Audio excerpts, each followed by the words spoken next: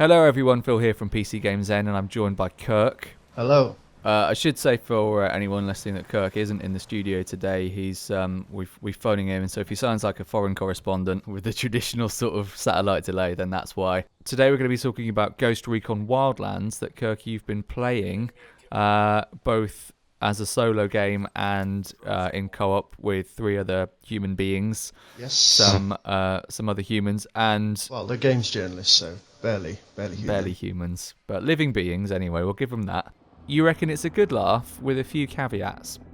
Yeah, it's basically Grand Theft Auto Army Men, but obviously without the polish of Rockstar's open world. But on a surface level, it looks gorgeous, as Ubisoft open worlds always do. Yeah, the draw distances look amazing actually, and I suppose the big sell is that you and your band of brothers can go off into any point that you can see on the horizon in helicopters or dirt bikes and jeeps and things, and just sort of raise hell. I think they said there was 60 vehicles altogether, so quite a lot of vehicles. Yeah, so it's getting towards like armor levels of military porn, I suppose. Yeah, it's much more arcadey than Armour, though. Yeah. So how do the vehicles feel then, first off? The cars feel fantastic, because the environment, well, at least the section of the map that we played in, because we was in like a sectioned off area, it was very muddy, so you'd slip and slide and you'd go down like canyon paths, and it was quite fun to control.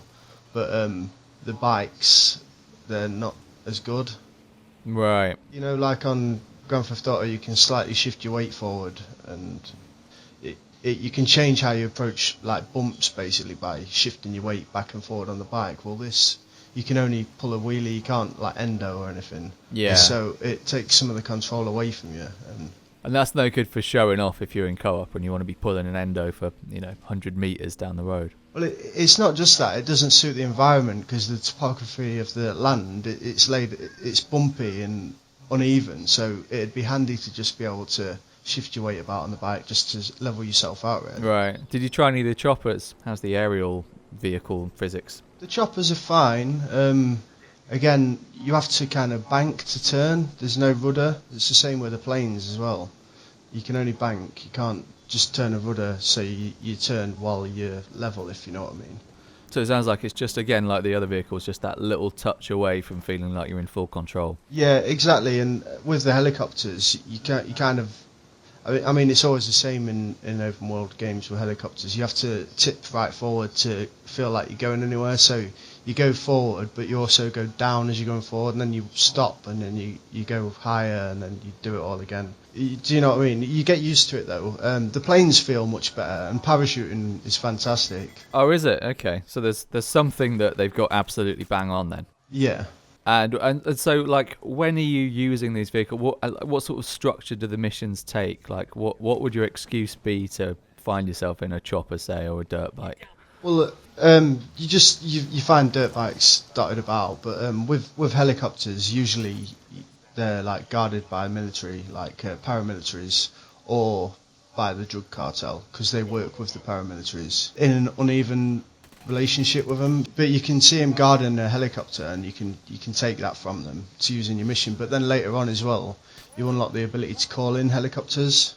I was going to ask actually, yeah, because I wondered if you'd be able to just like select, like as you might select a weapon loadout, just say, right, I want 3 dirt bikes, a chopper, and a jeep for this. From what I saw, it's just helicopters. Okay, and the rest you've sort of got to find around the world. But weirdly, they just appear. Like it's not like they drop from the sky or anything. It just you literally spawn it in out of thin air, which kind of takes like you a out GTA of it. 3 cheat or something. Yeah, it's very weird. But you can also call in mortar strikes and stuff with a wheel later on as well, which is quite fun. Yeah, heavy duty. So let's talk about the missions themselves and the general gameplay. First of all, how was it in co-op? In co-op, it was great fun because you've got that element of human error there that's missing when you've got AI partners. With the AI, you can just mark 3 guys and say, right, shoot them 3 guys, and they'll hit them in the head straight away. Whereas when you're with other players and you're all up the side of a mountain, you're all trying to take down 4 guys at once, you've got to take into account the ballistics, bullet drop, and someone's going to cock it up, and then that creates a new moment, like an emergent moment, which you can't replicate with the AI. Ubisoft's favourite word, emergent. There, yeah. I suppose other players are the ultimate element in emergent gameplay. Yeah, I mean, there was one bit where we broke into a base and stole a tank, but my allies were covering from the mountain, and I just basically snuck into the base and then sprinted for the tank and just drove it out as the enemies were firing at us. I picked one of my mates up and then went back in as he fired the guns, and it was just great. But you couldn't do that with the AI because they're just not clever enough.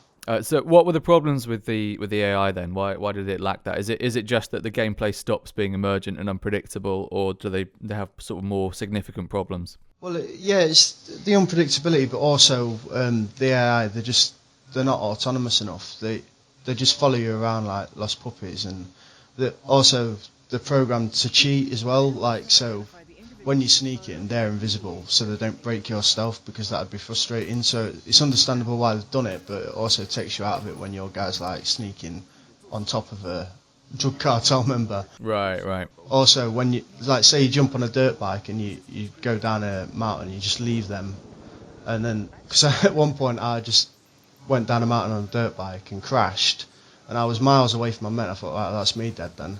But one of them just appeared next to me. They just teleport around the map after you. So do you get the impression that Ubisoft are expecting most players to actually play in co-op, and the AI companions are just like a bit of a placeholder?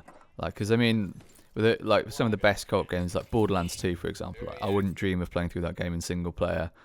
And so, like, to me, it wouldn't matter really that the AI wasn't top notch when it came to enemies, say. Do you think Ubisoft are expecting that people will just by and large play this in multiplayer, and that they just haven't focused that much energy on single player, or are they actually trying to push this as a valid single player title as well as co-op? Yeah, from what they told me, they seem to think it's also a valid single player game, but I don't think it works like that. I think the compromises they've made with the AI, they've had to make, so they've made some intelligent decisions, but it still feels like a lesser experience. Kirk, thanks very much for joining me to talk about Ghost Recon Wildlands. There's more coverage, more words from Kirk up on the site, which we'll link to in the description below. And we will catch you next time. Not before. Why not, just give us a like or something. Give us a thumbs up. Hit the subscribe button and then the bell. That's always nice.